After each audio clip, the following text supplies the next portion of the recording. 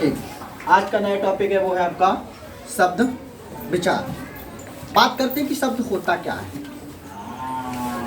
वर्णों के सार्थक समूह को शब्द कहते हैं। सार्थक मीन्स होता है वर्णों को आप इस प्रकार से मिलाएं, इस प्रकार से योग करें कि उसका कुछ ना कुछ अर्थ निकलता हो, उसे कहते हैं सार्थक।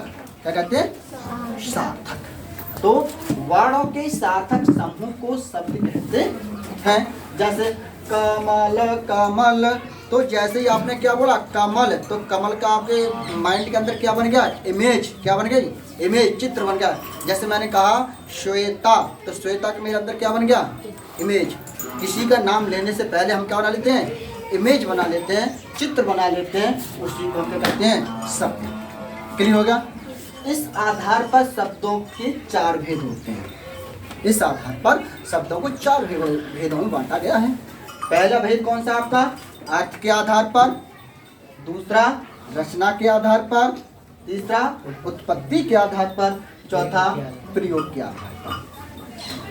वर्णों के 4 भेद रचना के आधार पर, अर्थ के आधार पर, उत्पत्ति के आधार पर और अर्थ के प्रयोग के आधार पर।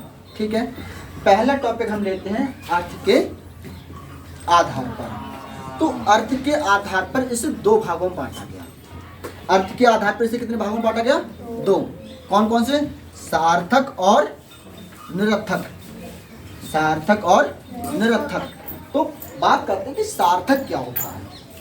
सार्थक ऐसे शब्द जिसका सही सही अर्थ निकलता हो उसे सार्थक कहते हैं। क्या कहते हैं? उसे सार्थक कहते हैं। जैसे मैंने ये लिखा